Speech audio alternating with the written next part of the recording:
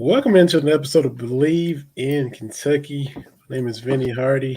We got the former QB, Jalen Whitlow. Got Aaron Gershon from the Cats Paws. Fellas, how y'all doing this evening? Good, man. Can't Yeah, complain. can't complain. Good deal, good deal. We got a guest. Hadn't had a guest in here for a little bit. Longtime columnist for the Lexington Herald-Leader. See always work at KentuckySports.com.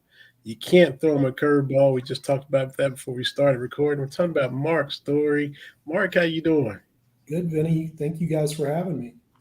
Appreciate you taking the time. We definitely uh, enjoy the knowledge you're going to drop, and we'll talk a little football, a little sports, and a little Kroger Field Commonwealth anniversary, like Aaron was talking about. Uh, I guess we got to start first, though. We hear coaches say it, we hear players say it. Football is the most important thing. Life is more important, family is more important. In this case, health is more important. And we were able to hear some good news concerning Liam Coen. And Aaron, you were there, right? I mean, yeah. Sorry, I didn't know who we were going to there, but yeah, no, okay. I was there. I was there today. When we saw him coming up, we weren't really told who we were going to speak to today, so I was kind of assuming it was going to be either Scott Woodward or Vince Marrow. And when I saw it was Liam Coen coming over, that was obviously super encouraging. And he seemed to be doing pretty well. He didn't go into detail on what exactly happened, but he mentioned eating better and doing some of the things that they tell the players to do, which I don't want to make an assumption, but I think you can put two and two together what might have happened. So it sounded like a scary day there on Sunday. Glad to hear and see him and see that he's doing pretty well. He said he had an iPad in hand Monday morning, and that Tuesday he was back at practice. So seems like all's good there. It seems like everything is going well. The offense will be his to call on Saturday, and hopefully they can move on from this situation, monitor his health, obviously. But today was a good day to talk to him and see he's doing all right. Yeah. What say you, Mark? Were you there today as well? No, I was not at the press gathering. I know Mark Stoops Monday at his news conference alluded to something that I remember him talking about 2 years ago when Liam was here. It's just how much pressure he puts on himself. And, there's so much money involved in this now, and the stakes are really high for, schools and coaches. And it's just gotten so big that, these guys are obviously under a lot of pressure. But, at the end of the day, these are just ball games, and there are things more important. And hopefully this is kind of a warning sign, or not hopefully, but serves as kind of a warning sign, maybe for Liam to not lose sight of that. Absolutely. What about you, Jay? Yeah, man, same thing. It's just at the end of the day, it's football. You know what I'm saying? It's not the end of the world. So, I always think about it as, and I had a coach used to tell me, however number of people in China couldn't care less about what happens in a football game over here. So at the end of the day, you got to put it in perspective, man. Don't put too much pressure on yourself. It's good to do that, and it's good to, it shows that you care and you want to perform. But at the end of the day, you can't allow things to slip based on the outcome of football games at the end of the day. So good that he's back. I happened to grab my phone after practice today and clicked on YouTube and happened to see the interview. So I was like, okay, that's a good sign. So I watched the interview and whatnot. But yeah, I mean, it looks like he's 110%, same old Liam Coen. And he's a young guy, Yeah. late 30s, if that, got a young wife, a young son. And everybody knows the demands of the job. You guys, Mark and Aaron, are there interacting with the coach and various members of the staff on a daily basis. Jalen, you played, you interacted with coaches and players on that level. But for y'all already to touch on what he said, I got to eat better, got to sleep better, got to do what I tell the players to do. For it to be that demanding, and this still happened, and he's working for one of the coaches who kind of promote balance more so than some of the others as far as that goes. Yeah, exactly. And what's crazy about it is you're a week removed from, or not even a week removed, a day removed from playing EKU and playing against Walt Wells, who of course went through a heart. I think he had a heart attack a little over a year ago, and there was a lot of talk. Actually, I think he was asked Monday last week during the press conference. Mark was there; he can confirm. I don't think I was hearing things, but I think Mark Stoops was asked about.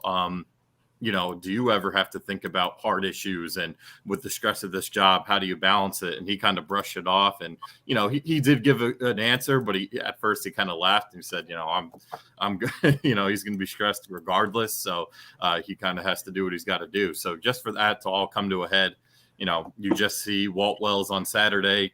Mark Stoops spent way more time than he does usual pregame on the field, kind of catching up with Wes. I was kind of catching up with Walt, rather. I was kind of watching that from upstairs and catching up with some of the guys on EKU staff that are obviously, former Wildcats and came back, and they, embraced long after the game. They had Walt's press conference and Mark Stoops' press conference, so they were meeting up. So to have someone that Mark Stoops already go through something really scary and spend a lot of time with him the day before, to see another guy that you're close with go through something scary in one day, man, that's an emotional roller coaster right there. So I'm just glad to hear things seem to be getting better.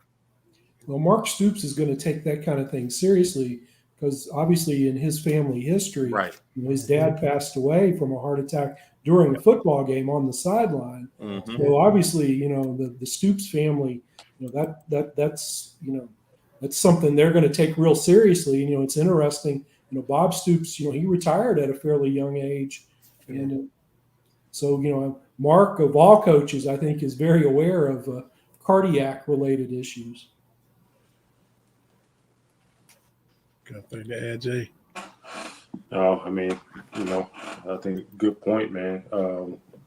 I remember, I think he alluded to that in the interview the other day about, issues that can arise. And look, we all know, obviously this is being a head coach at a school like Kentucky or Alabama or Georgia or whatever, you have a lot on your plate every day. You deal with more than most people can even fathom on a day-to-day basis, not even just the football, recruiting stuff, but at the end of the day, you're dealing with a whole bunch of people at the end of the day. These people are people. They have other issues that arise, and you have to manage a lot of people. And, it's a lot on your plate every single day. I can only imagine, what they see and hear and go through on a day-to-day basis. So, and top that with you trying to, win football games in the toughest conference in America. And, it's a lot, man. So, it's just glad that, everything's all good. And I'm sure everybody's kind of looking into, okay, how can they be better from the situation? Think about what these coaches go through in December, where you have now it's even another element, right? You have transfer portal recruiting and getting guys signed by December. You got to finish off your high school class, make sure the guys that you have committed are, still good. And then you're trying to poach away other guys, or you're still trying to nab some uncommitted guys. Now you're re-recruiting your own roster. And if you win 6 games, you also got to prepare for a bowl game. I mean, the stress of being a college coach is higher than ever, man. I mean, it's always been stressful, I'm sure. I've never sat in those shoes, obviously, but it just feels like now more than ever, being a college coach is it's a bear, man. That's why I think you're going to see, I think you've seen a little bit of it already, but I think you're going to see some coaches who just want to coach ball start trying to get into the pro route and go coach that way, because it's a lot. I'm not saying guys are going to start quitting, and these guys sign up for this. They love it. This is their job. This is their calling, but being a college head coach, especially a head coach, let alone an assistant, what Liam Coen's doing. And obviously he's involved in recruiting. He's calling the shots on offense. He's responsible for, half the team. But what Mark Stoops goes through, what any head coach in the country goes through, I can't imagine what a day in their life is in December. I was just thinking about that throughout that month while we were kind of hearing about all the portal stuff. And obviously with Kentucky, trying to hunt down a quarterback, even more so, you're relying on the portal. So that month of December, I remember I don't know if it was his press conference on signing day or it was his press conference when they announced, the Music City Bowl bid, but I remember he had like the biggest bags under his eyes and he was just exhausted, man. It is a crazy job nowadays. And all of that, guys, just to get to your 12 Saturdays and your Exactly. practice, and it's that kind of outweighs the games that you love so much and the practice and the teaching that they love so much that's in their blood. So to y'all's point, you might not see the 30 or 40-year tenures with Paterno and Bowden's that we just saw come to an end a few years ago. You're not going to see guys stay around that long anymore. Well, Yeah, I know a few guys personally that have, gotten out of college coaching to, some of them even decided to take the USFL and XFL route. Yeah. Because they wanted to get out of college coaching so bad because it's not conducive to really enjoying your time outside of football as much as you would like. You got guys who they just, like I said, they like to go fishing from time to time. They like to, it's just tough to do that type of stuff when you're always, on the go, always recruiting, always on a plane, always, it's tough, man. It's a tough job. They get paid well for it, but it's demanding. But to me, it's the recruiting that makes college coaching so difficult because you're just always under that pressure. In the NFL, you don't have to do that, but I just did a story where I talked to an NFL assistant, and he was telling me that basically for 6 months of the year, his wife is a single parent. He sees his kids on Tuesday night and Friday morning. And that's the only time he sees them because he leaves before they get up to go to school, and he gets home after they're in bed. I mean, that's not that NFL lifestyle is no picnic either. Right. Although you are mostly free of the recruiting responsibility. Yeah, and you all know the countless stories of recent examples and older examples. Joe Gibbs sleeping in the office, and John Gruden, and these guys just nonstop 22-hour days and burning the candle at both ends and in the middle. It's just it just beats you down because everybody's human at the end of the day. No doubt. Yeah. So definitely had to start with Liam, fellas, for sure. But as you guys know, we all see the interviews. Aaron and Mark, you guys are there. The reaction, Mark, maybe following the game against EKU, as opposed to the reaction coming off of Ball State, where we were ticked off about this Ball State game, and then maybe everybody's expecting them to kind of be ticked off again after EKU, but it was more so, no, we're fine and we're all right. Were you surprised to see that? Let's go to Mark first and then go Aaron and Jay. I think people are a little disappointed with what they've seen so far. I think the offense played better in the second half against Eastern. Maybe that made people feel a little bit better. I think people had higher expectations for what they've seen so far. I think Leary, for whatever reason, is getting off to slow starts in the games. I thought from the point he threw the touchdown pass to Tavion Robinson right before halftime through the end of the game, I thought he was really good from that point forward. I'm actually a little more worried about the defense right now than I am the offense, because I think the offense has the tools and is going to put it together. This over 50% third down conversion rate that the defense has allowed to Ball State and Eastern Kentucky, I think is kind of worrisome. Yeah, 123rd in the country on third down defense and worse than the SEC. So that's the number one stat that's concerned me most with this team so far. But first of all, going back to Mark Stoops' reaction, how he was really ticked off after the Ball State game and maybe not so much after EKU. I think there's kind of two ways to look at that one, because I think he was ticked off. You can kind of see it in his face. The one is, he's very close with Walt Wells and EKZU's staff. He might not want to be showing them up and voicing frustration when they still did beat them by double digits and pretty much outside of one bad drive that the defense allowed a touchdown on, pretty much dominated the second half. And the other one is, maybe just, he's taking a little bit. He did talk about Monday after Ball State, how, he's always going to be mad, win, lose, draw. He's going to be mad. And, he talked about how his message to the team is always to not take a win for granted. And maybe he's listening to his own advice a little bit. So those were the two things that kind of came to my head when you could kind of see it seething there, but he was able to not be so upset. But yeah, just watching this team, obviously, they can't do what they're doing in the first half offensively once they start SEC play, even next week against Vanderbilt. They're just not going to be able to survive if they get down on the scoreboard. I mean, luckily it was EKU, and the defense had a really good first half, and they were able to only allow a short field touchdown. But, if you're down 14-0 against Georgia, if you're down 21-0 against Tennessee at half, you're done. Like, you're not coming back from that. So that's got to be cleaned out. Like Mark said, the third down defense is super concerning. I think, there's been a lot of good with the defensive line, and I think the corners, actually, Harrison and Phillips have been pretty good. The safeties, I've been a little I expected more from that group. I mean, they're a veteran group. They played really, obviously Geiger was out last year, and I think Geiger's actually been the one that's played the best of the three so far. But Jordan Lovett stepped up and played really well for 11 games last year, and he missed an open field tackle on 3rd and long in that game, and he had a couple missed tackles just throughout the start of the season. And Zion Childers, I mean, he's done pretty good stuff. He's done some good things. He's kind of a leader in that locker room, so I don't want to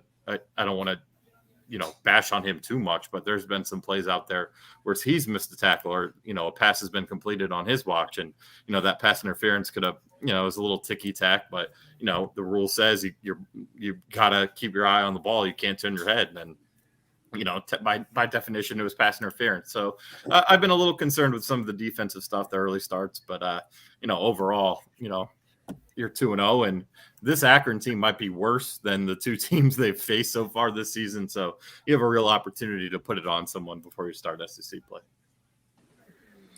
Yeah, I think, I think when we talked about this briefly last time, I think it's a good thing that, everybody has high expectations. But I do think there's a point where you can start to press when you know that you're supposed to do better.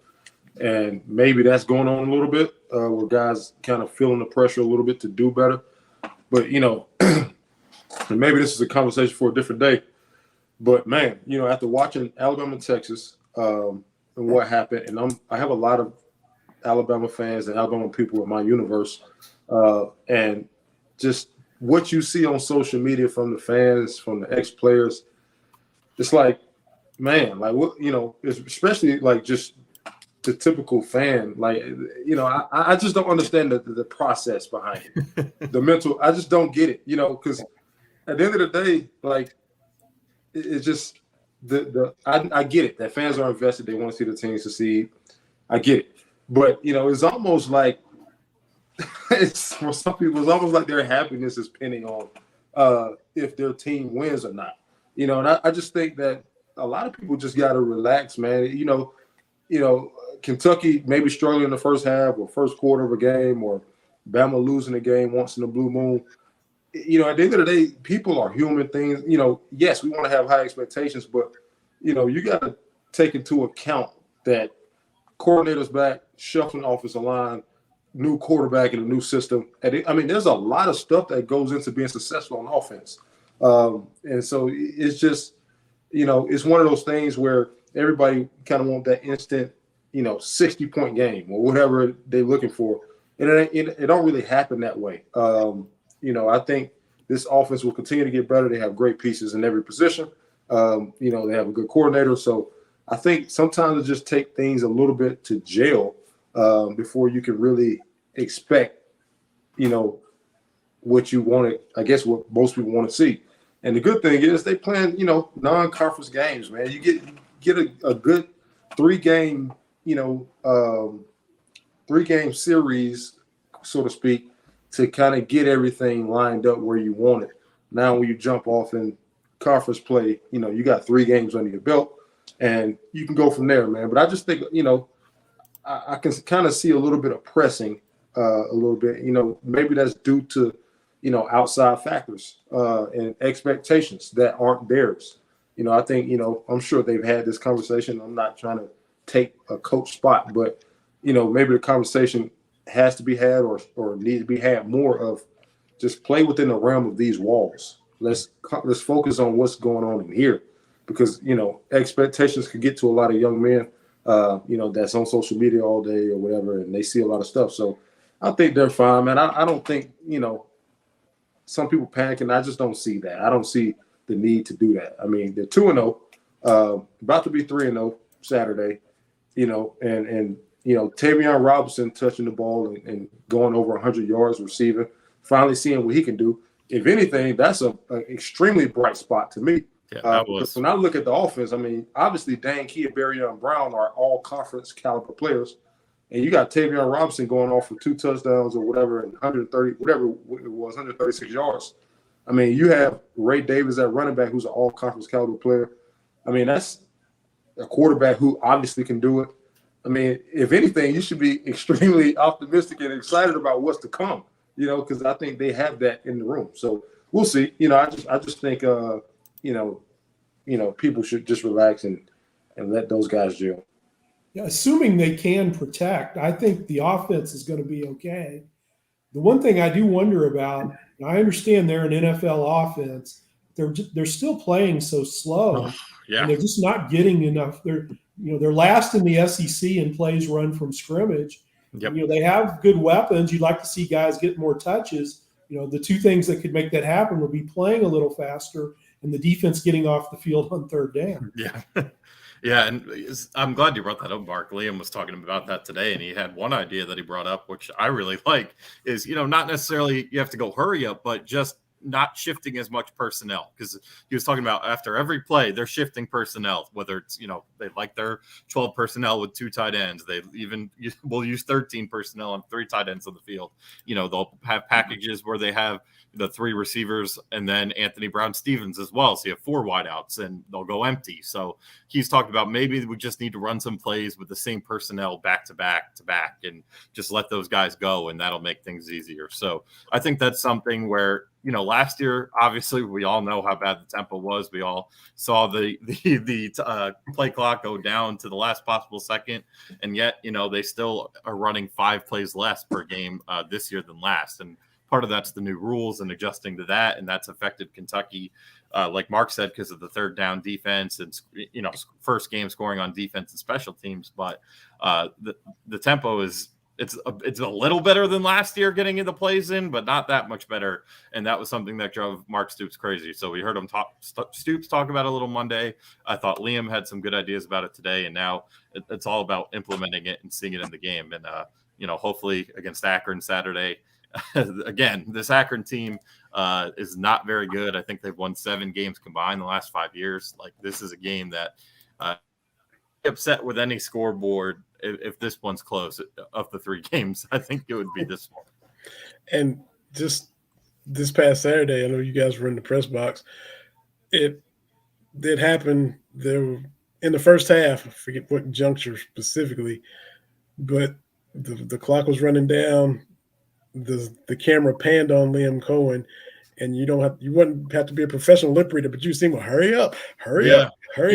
And then the camera pans back to the field, and it was 7 seconds left, and then they had to call timeout. They had to burn a timeout because they just weren't, moving quick enough and didn't have everything together. So, and part of me, in hindsight, you're looking at a guy who maybe, I don't know when he started feeling bad, but he's hours away from having an episode, and he's on the sideline coaching. Was he feeling bad then? Was he fighting off feeling bad?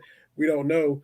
But, like you said, he's feeling good now and looking forward to implementing things going forward to kind of put in place to pick up the pace a little bit. So, the other thing about running down the play clock under these new rules, you can't afford to burn timeouts. You're going to need them. So, you just can't do it. Yeah. And it's Kentucky's been affected by it a lot, like I was just saying, a lot more than most. But if you just look around the country, and I brought this up to Stoops Monday, like, the scoreboards are a lot closer. You obviously, we've seen some upsets, but just in general, you just look at the SEC this week. Like Tennessee really struggled with Austin Peay. Arkansas struggled with, I believe, Kent State. And just across the country, they're close games. Oklahoma State had a close call. Their first game, I forget who it was against, but it was I'm pretty sure it was an FCS opponent.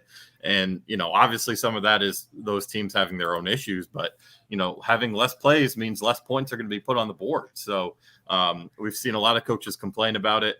Mark Stoops, I wouldn't say has complained about it. I think he's been annoyed more so with his, the own team and not being able to run those plays. But it's going to be really interesting. That is, I think, a storyline that kind of went underrated going into the season. I think some of these coaches have even been a little bit taken aback, because I remember at SEC Media Days, and I was there for all 4 days, and I pretty much heard all 14 coaches answer a question on it, and pretty much everyone said, yeah, it won't affect much. But I think they're kind of learning as things are going too. And so I guess to put a bow on this, we're all in agreement. Akron is 1-1. Their points scored is 45, points allowed 45. They won a game 24-21, lost a game 24-21. Did y'all see how they won their game? Yes. Did you guys see? No. I didn't. So they were losing by 4 in the last minute, and Morgan State has the ball. Akron still has a timeout. So on third, I think it was 3rd and 9, something like that. Morgan State opts to run the football, again, less than a minute to play. And they fumble, and Akron recovers and scoops and scores with 52 seconds left. They would have lost to Morgan State if not for a miracle. So, again, and their defense, like you said, the 45 points allowed, they have some good defensive numbers Akron does so far, but against Temple and Morgan State, whatever. But their offense has been atrocious. It's like you said, they're averaging 1.4 wins a year for the past 5 years. So yeah, they had an 0-12 in there too. Yeah. So if anything is in the realm of 24-21 Saturday, then yeah, then you got some. We have questions to ask. Mark and I have questions to ask.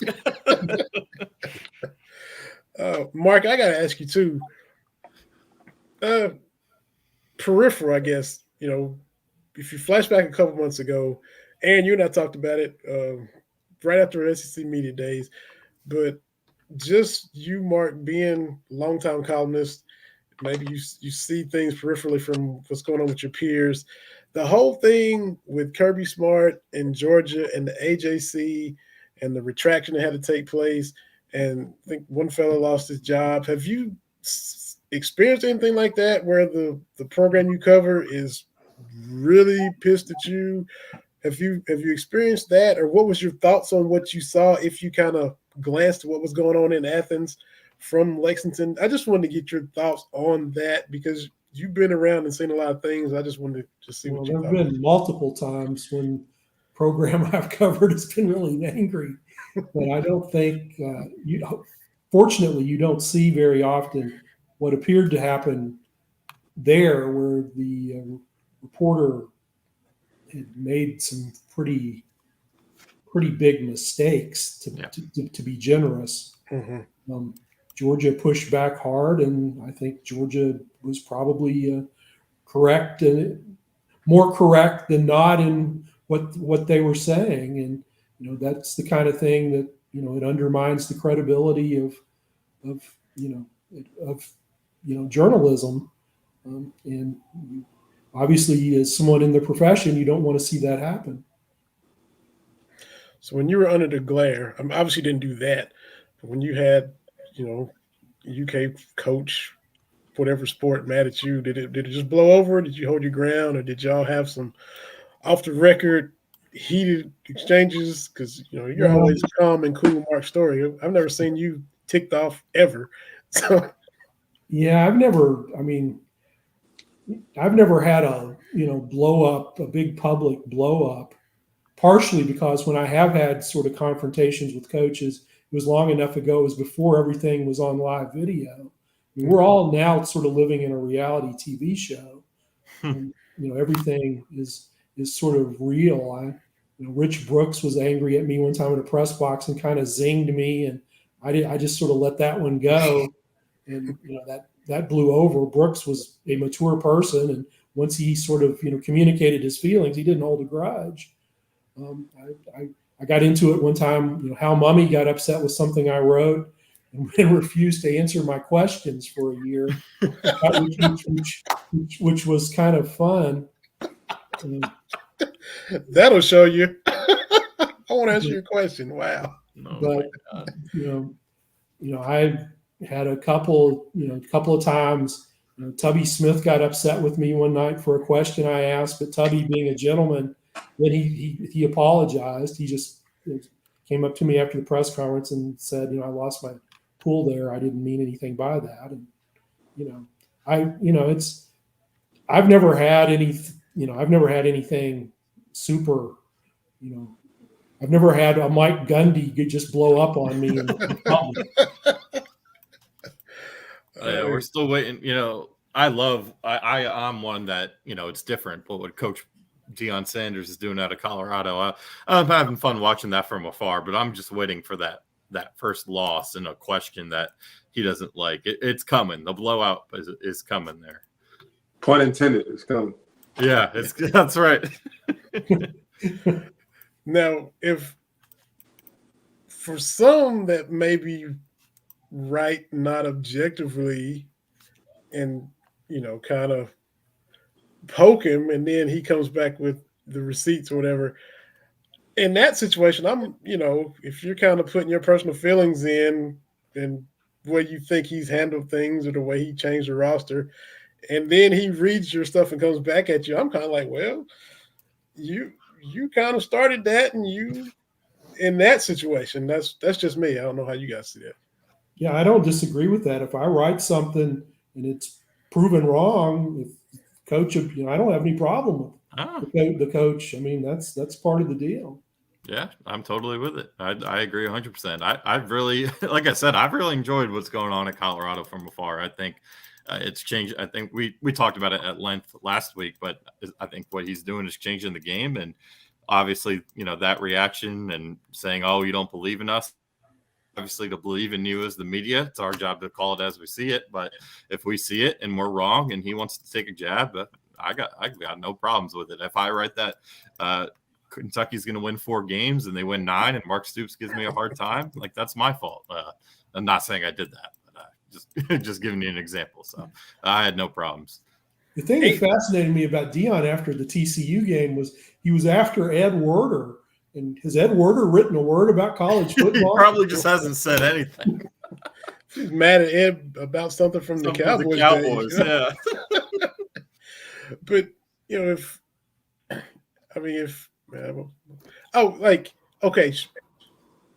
he's exceeded expectations already. The losses that will come. I mean, you're gonna have a hard time beating Oregon and USC. The schedule gets tougher, but nobody expected him to beat TCU.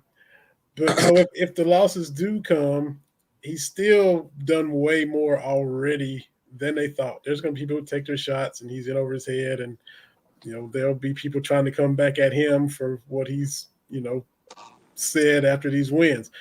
But they can't probably, if they're honest, say that, well, we had him at 2-0. I knew he'd go 2-0. You probably didn't. You probably had him getting blown out against TCU and all that. So don't try to change now. Is all I'm saying. Jalen's shaking his head because he had TCU by, what did you say? I think by 20. And I said they would cover at the very least. Yeah, I was extremely. I'm usually not the one who's right. Yeah, I didn't know that they were going to be that well oiled initially to start the season, but like you said, you go back and watch, because I used to kind of pay attention to what was going on at Jackson State. And after a loss, or especially that first year, you remember COVID spring year, he was there at Jackson State and he got some questions that he didn't like. And, and he'll let the report, we're talking about Prime now. He'll let the reporters know how he feels. So I thought that was very interesting. But yeah, you're going to get people look forward to when, especially a guy like Primetime, who to most people he comes across as cocky and whatever.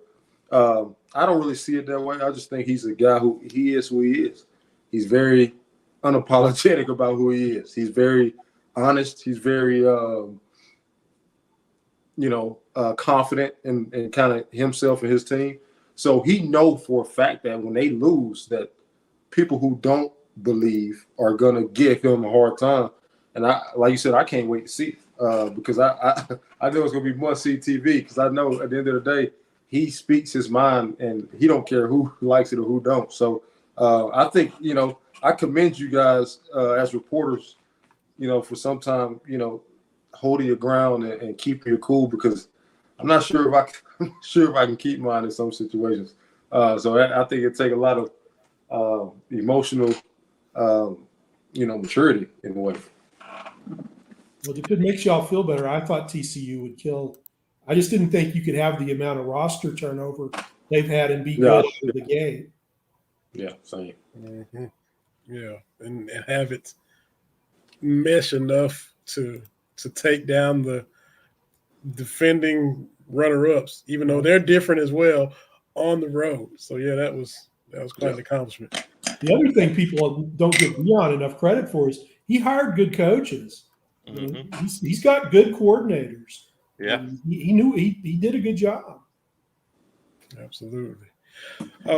We talked about Kentucky and EKU and familiarity maybe played more of a role than we thought. Everybody talked about Walt Wells and CJ Conrad and Maxwell Smith and all that, and then just kind of brushed it aside.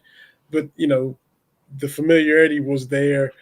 Roy Kidd playing for him, with him, in the last days of his life, and he just passed away. Mark, did you get to interact with him, throughout your time with him being at Richmond and you being at the Herald-Leader? You have some interactions.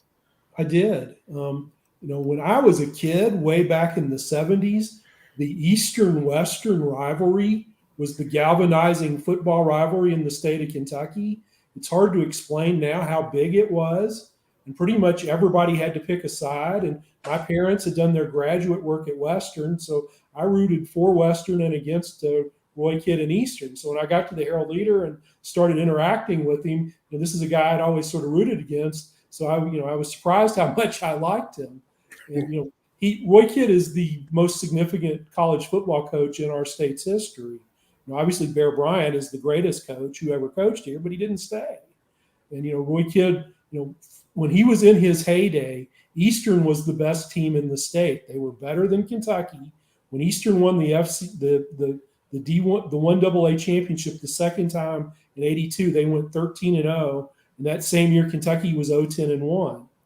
Then I think it was 3 years later, Eastern played Louisville in the regular season finale, and Eastern won like 45-24.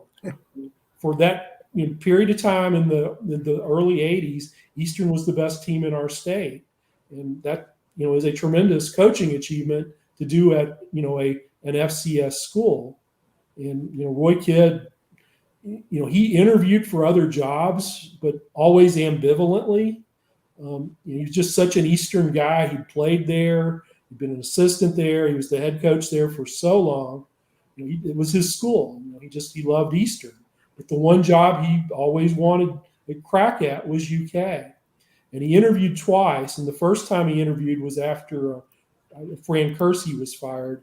And I think he felt like he didn't really get a fair interview. It was kind of a cursory thing. But the second time was when they hired Bill Curry, and he went in with as Roy explained to me, he went in with a really well thought out plan. Felt like CM Newton was then the AD search committee, that they gave him a fair listen. And Roy told me that he was told by somebody on the committee that if Curry, who was then the head coach at Alabama, had said no, that Roy would have probably gotten an offer to coach at UK. Now, as we know, Curry said yes, and that offer didn't come. But that was UK was probably the one job he would have left Eastern for.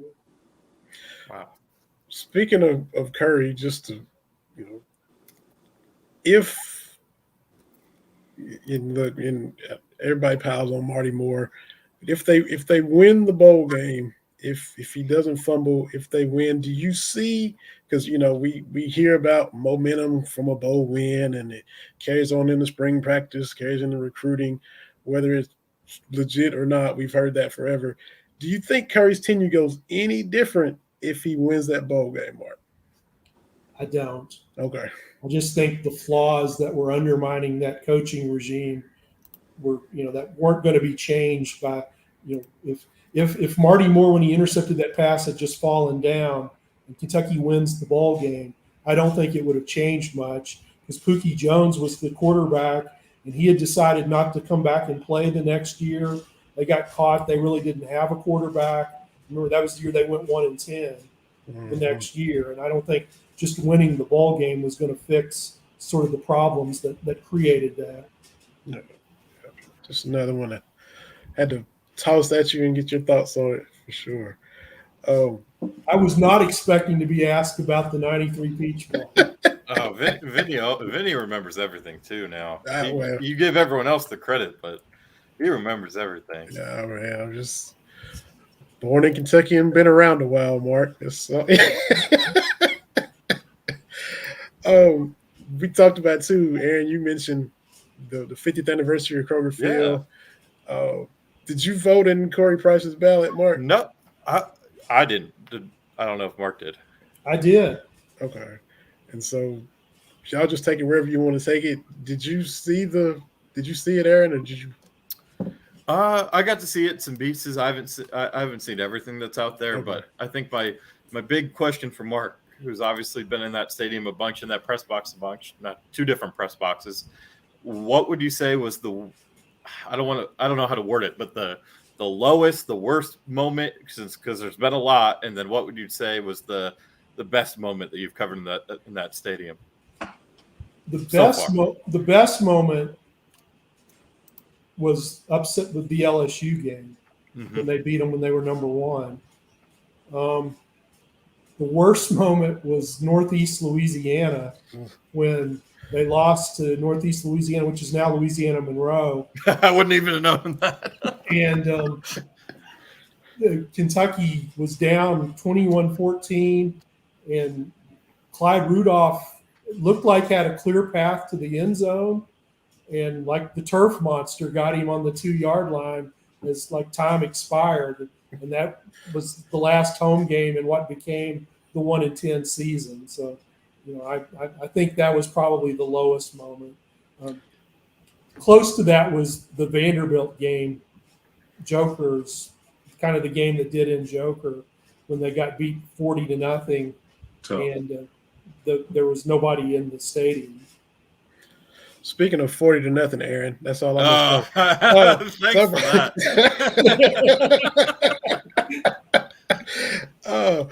Sorry, Aaron.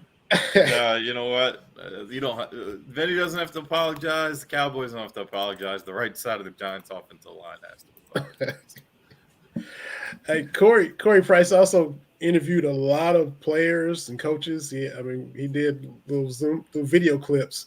Frank Kersey, Hal Mumme, players from the 80s, the 90s, Derek Ramsey. And each player, gave their favorite Commonwealth memory. And we only have one player on here with us. So, Jalen, what would be your favorite Commonwealth Stadium Kroger Field memory while you were at UK? Man, that's a good question. That's a good question. I hadn't thought about it, man. I think for me, I don't know if there's one particular memory. But I do just remember, as a freshman walking on the field, I didn't know anything. I was, like you said, real freshman. Just kind of walking on the field pregame was like, damn, this is some great grass. This is some great grass, man. I just remember like how it is when it's like noon game, it's sunny outside. It's not really hot. The grass is really green. It was a great feeling. It's just a real cool football feeling when you got a game on a great day. And I was like, man, they really take care of this grass, man. So I just remember, us freshmen just talking about that because we had some guys who they come from areas where they didn't play on good fields, and and we always played on turf in high school. So I was like, man, this is. I mean, you can take a nap on the grass. I always appreciated that, and you always appreciated, high school coaches talk about it all the time. Once late October rolls around, early November, when the grass starts to turn colors, and you just appreciate, playing football during those times.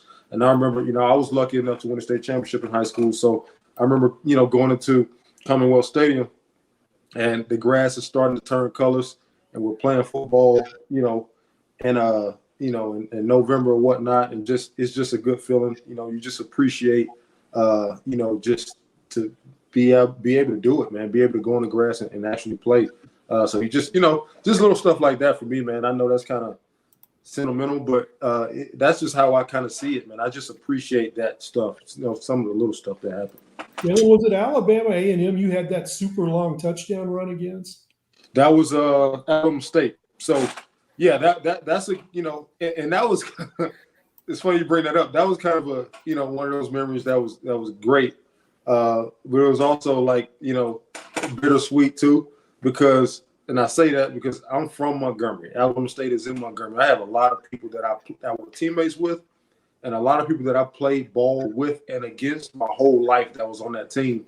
And it had to happen against them. And we obviously beat them pretty bad that day. So, but yeah, that was a great memory, because I was actually coming back from injury. That was like one of my first plays back, and it was, I think it may be my longest touchdown ever. It's the longest run by a quarterback in UK history. Yeah, man. So, that was definitely a good one.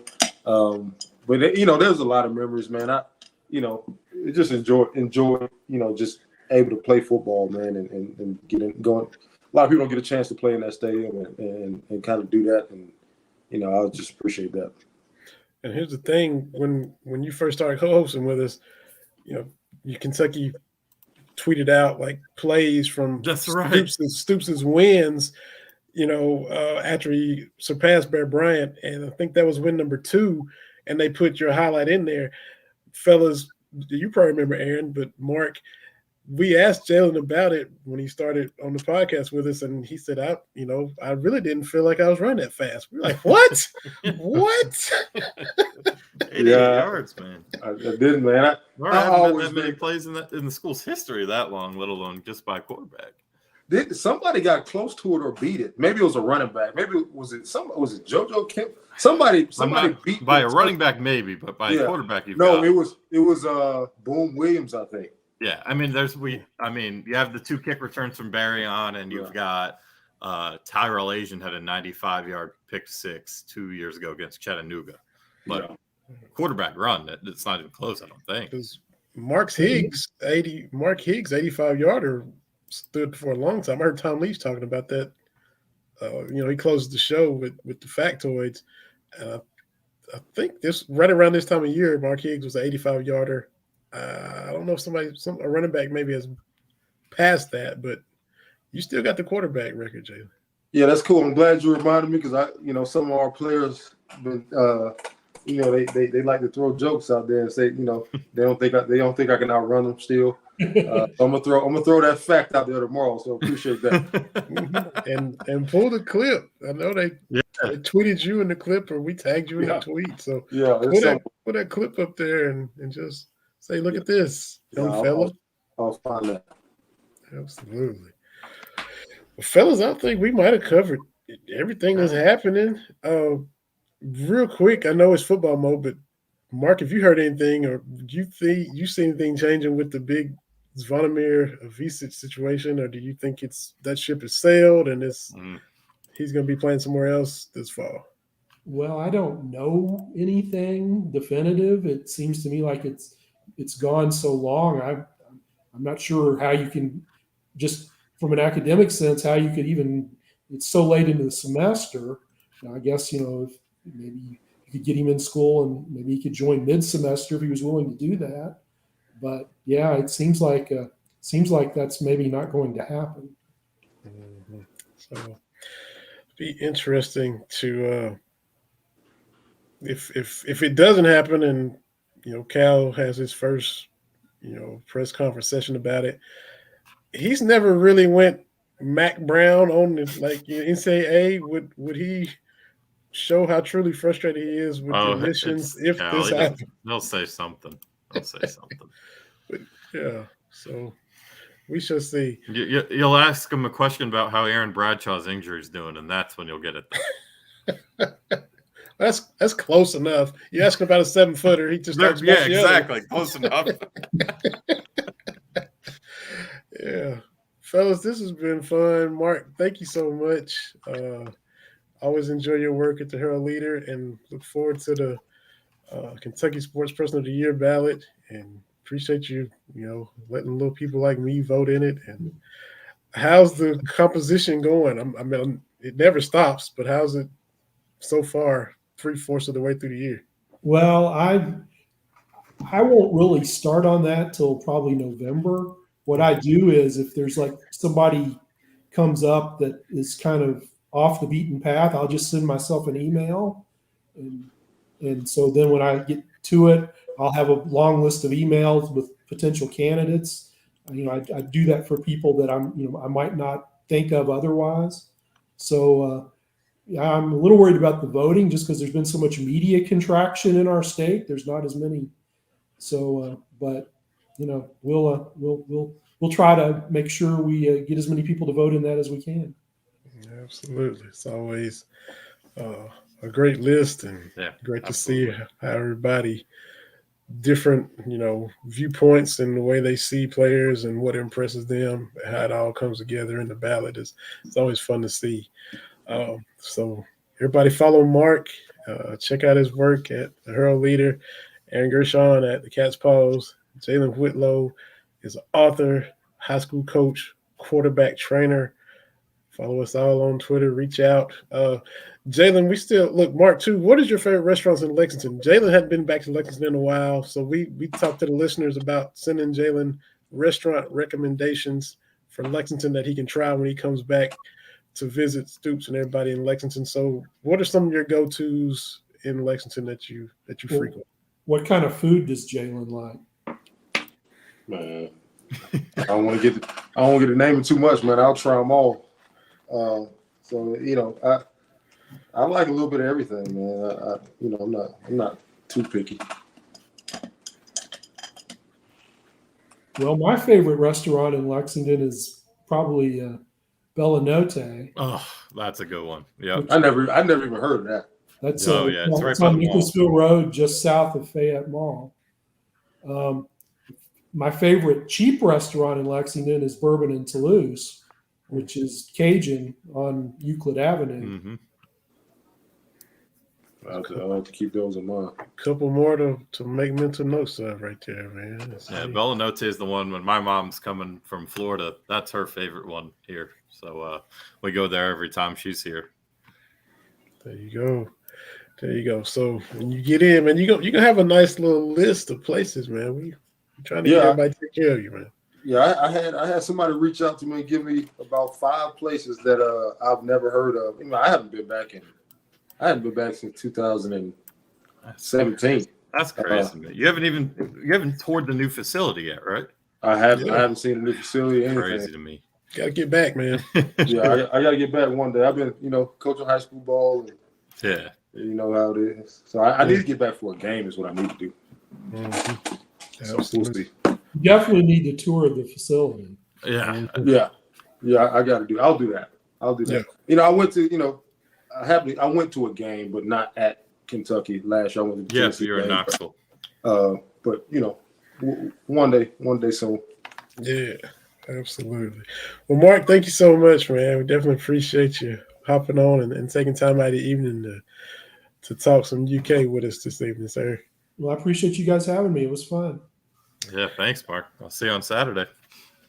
Yeah, absolutely. So for Mark Story, Aaron Gershon, Jalen Whitlow, my name is Vinny Hardy. It's been another episode of Believe in Kentucky. Believe.com.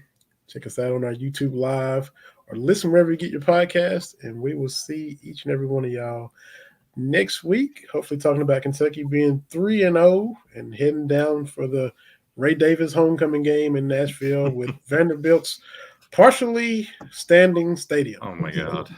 Until then, we'll see everybody next week on Believe in Kentucky.